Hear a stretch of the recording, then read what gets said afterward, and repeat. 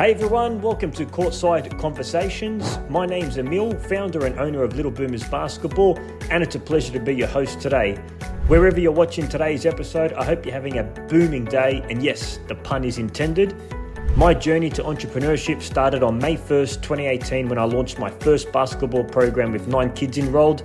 Today, thousands of kids across Australia are thriving in our programs, all thanks to the commitment and passion of our incredible franchisees. This podcast is here to give you real, straightforward, no BS insights into business, entrepreneurship, and what it's like to own a franchise. Without further ado, let's get into today's episode.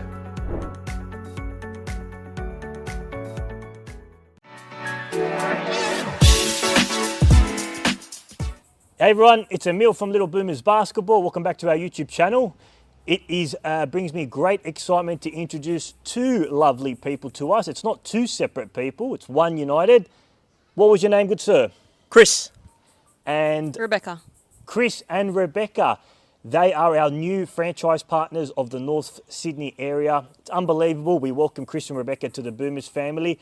Now, we're going to take you through a journey here because what you're seeing right now, this started about, when was our first point of contact, Chris? I think it would have been around September, maybe August, September, even maybe earlier. I think July. Maybe July, because we hadn't given Yeah. So maybe July, yeah. I want to ask you, back in July, right? You were Googling. I want you to take us through how you came across, because you didn't know about Little Boomers Basketball. You were doing a random Google search, and it happened quite incidentally. So talk us through, how did you come across Little Boomers Basketball? So at the time we had 2 children. We now have 3. Congratulations, by the way. Thank you. So we were doing a bit of research for my eldest. We wanted him to get into maybe some basketball because I like playing basketball myself. And everywhere we searched, all I saw was Little Boomers, to be honest with you. So my wife and I decided, okay, wow, this is maybe one of the programs. So we started looking into it, and further down the track, I noticed that there were franchise opportunities.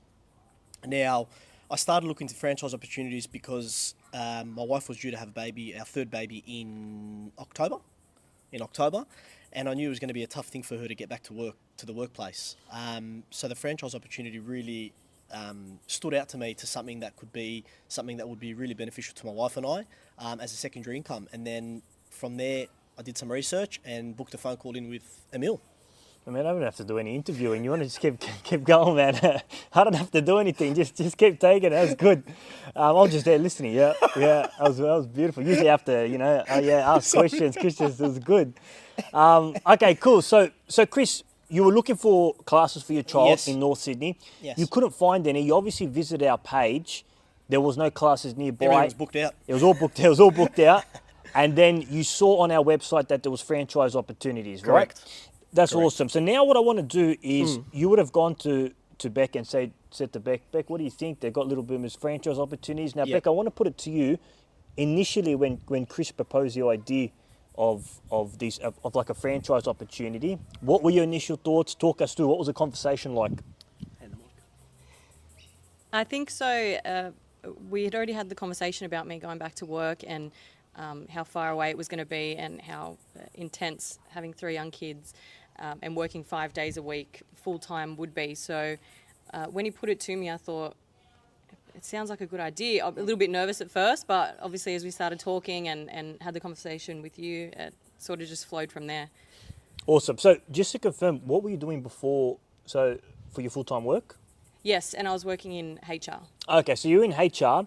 You were about to have another baby, and you were thinking, okay, look, it's if I have to go back to work with 3 kids, it's going to be hectic. Got to drop them off school. Got the full-time work. So it was kind of, you had that in your mind. Okay, what other options do I have where I can kind of be a little bit more flexible around the work-life balance, juggling family and juggling kids. So that's what enticed you when Chris told you about it. That's right. Yeah. So the 9 to 5 was worrying us a little bit.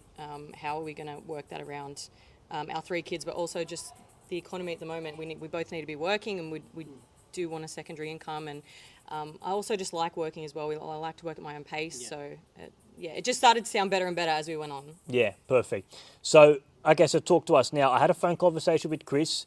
Then after that, Chris, we had the Zoom with Mary and I, and then you came down for like what we call the Discovery Day, your first visit. Was it on a Sunday? It was on a Wednesday. Yes, it was on a Wednesday. Okay, so you came down, you've never seen our class structure, you've never seen our format, you've seen nothing about our business. You came down on that Wednesday with Beck and yourself.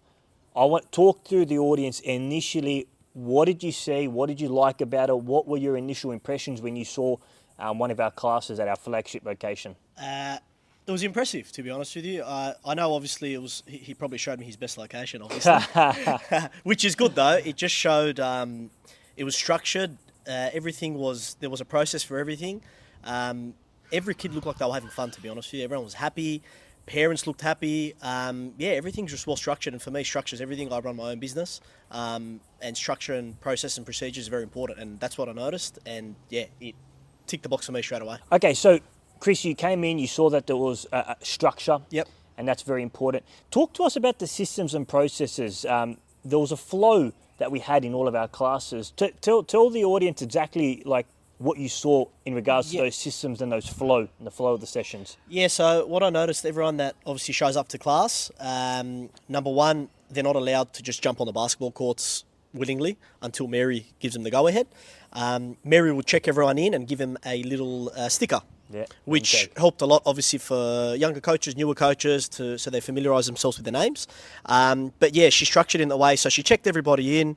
Once it all started, she obviously let them on the court. Once one session finishes, the new session is not allowed to jump straight on the court. They have to wait for the old session to finish. So it was all, it was really run well by Mary. I think it's very imperative that you have that there as well, so that there's just a massive flow-on effect. 100%. Now, Beck, from you, I'm keen to get your thoughts. So you come from a HR background. When you arrived at the class for the first time with Chris at our flagship location in Riverwood, talk us through what was your initial impressions coming from a HR background?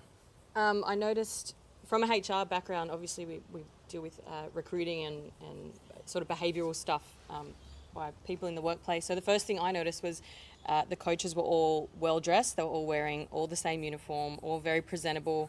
The children were all wearing uniforms. It looked very professional in that there was nowhere that was sort of slacking. Everything was branded, which gave me the impression that it was like a very professional, very well-run sort of business and set up properly. And I remember on that day you mentioned something about the coaches. There was one coach in particular that you were saying, wow, you're complimenting him. What was it about the coaches that you really liked? I believe that might have been, was that Jesse? Dom?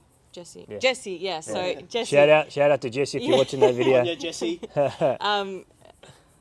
Well, I thought he was great with the kids, very energetic and sort of got on their level and he just brought the energy and the kids loved him. The kids were obsessed with him. And I thought that was very important to get the coaches all up to scratch. I thought, where does he find these people? How does he train these people? Because, they just worked so well with the kids and the kids just loved him. Hey, just quickly, if you're enjoying today's episode, it will mean the world to me if you can leave a positive review or share it with a friend that may benefit from this. I've also put some bonus resources in the description, including a real franchise case study that you can download under our Franchise Success Blueprint. Hope you find it useful. Enjoy the rest of the episode and rock on. Adios. Yeah, 100%. Jesse's really good. And goes to show you, coaches, very important part of our business, finding, training them up, having great coaches, it makes or breaks everything. Okay, so you came in for your discovery day at our flagship location in Riverwood. You then went home, you would have had conversations with Beck and yourself. What were the conversations like after that? After every week, we'd get in the car and look at each other and go, what do you think? Do you still want to do it? Do you still want to do it? It's a big commitment. Do you still want to do it? Yeah. And every week it was every week as we sort of got our head around it more and more, the more it seemed like a good idea. So the conversations that we probably had I was probably the more nervous one, just because he's happy to dive in. And he was also doing week to week. He was learning all of the sports plan and stuff like that. As long as he was comfortable, I'm confident going into it if he's confident. Yeah. You know what? I want to touch on that. You mentioned you were a little bit nervous. Everybody, before they come into it is a big investment. Yeah. It's common to have nerves and to be kind of, skeptical or what if this, all the what if situations, as they say. What got you across the line? You were nervous. You probably had thoughts. What got you across the line to make that decision? My negotiation tactics. Chris's negotiation tactics? His confidence as well helped, but for me it was probably how structured and organised it was.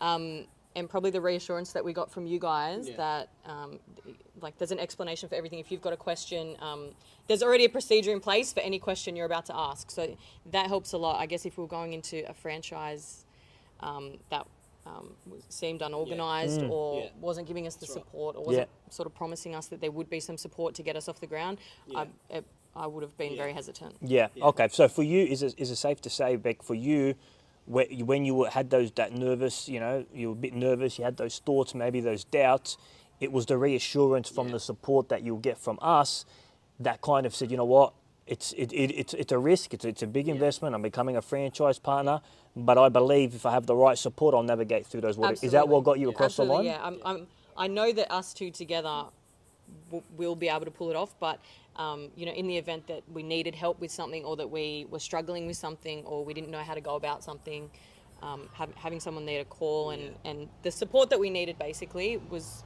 a big help to us. Yeah. Beautiful.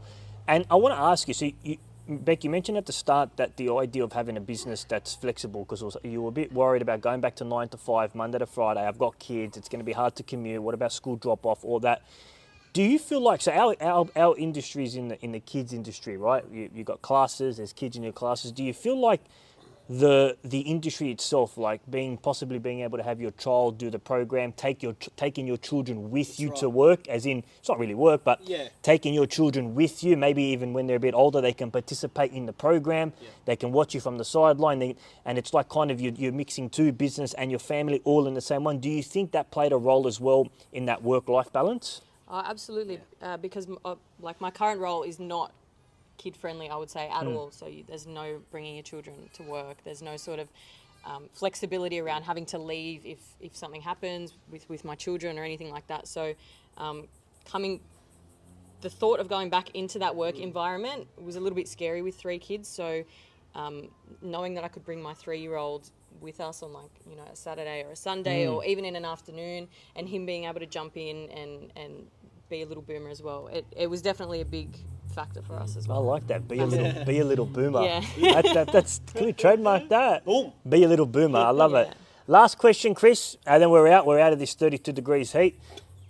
Last question I want to ask, Chris, and I want to ask you to tell the audience. You got a lot of people that everyone wants to start, like a lot of people, they got the desire to start their own business, right? I want to be my own boss. I want to start my own business. I'm sick of working 9 to 5. Or they're just like Beck, they really didn't, they wanted to find meaning in their work. They wanted to find purpose. They wanted to find meaning. They've got that ambition, but they've had that ambition for a long time, but they've never done anything about it, whether it's fear of failure, procrastination, maybe they're a bit comfortable in what they're doing now. There's all these factors, right? I know so many people that they've got the desire to be their own boss. They want to do something fulfilling, but they're still doing what they've been doing for the last 5 years. For that person that's seen this video now, they want to make the jump, but all of those reasons are holding them back.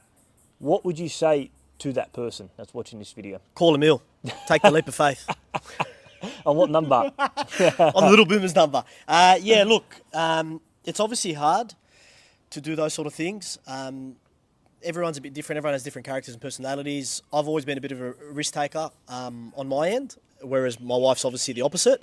But the most important thing is obviously educating yourself on what you're getting into and having the right support. So the biggest thing for us, again, which Becca touched on, I noticed that Emile takes a lot of passion in his business and a lot of passion in kids and a lot of passion about what he's doing, which will reflect to people that he partners up with. So that meant that was huge for me, and it just made me realise, you're not just going to be saying, yep, we're going to build a location here and we're just going to be left to our own devices, that we're going to have the support, and he wants us to grow as much as he wants his own business to grow. So it makes a huge difference to us.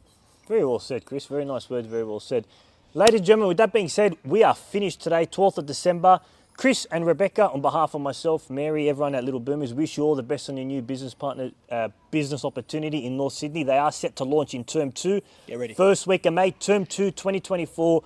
They have found a new location. We won't announce it just yet, but they've got a new location. So on behalf of the Boomers family, we wish them all the best on their new business opportunity. May God bless them. Rebekah, thank you very much. Chris. Thank you.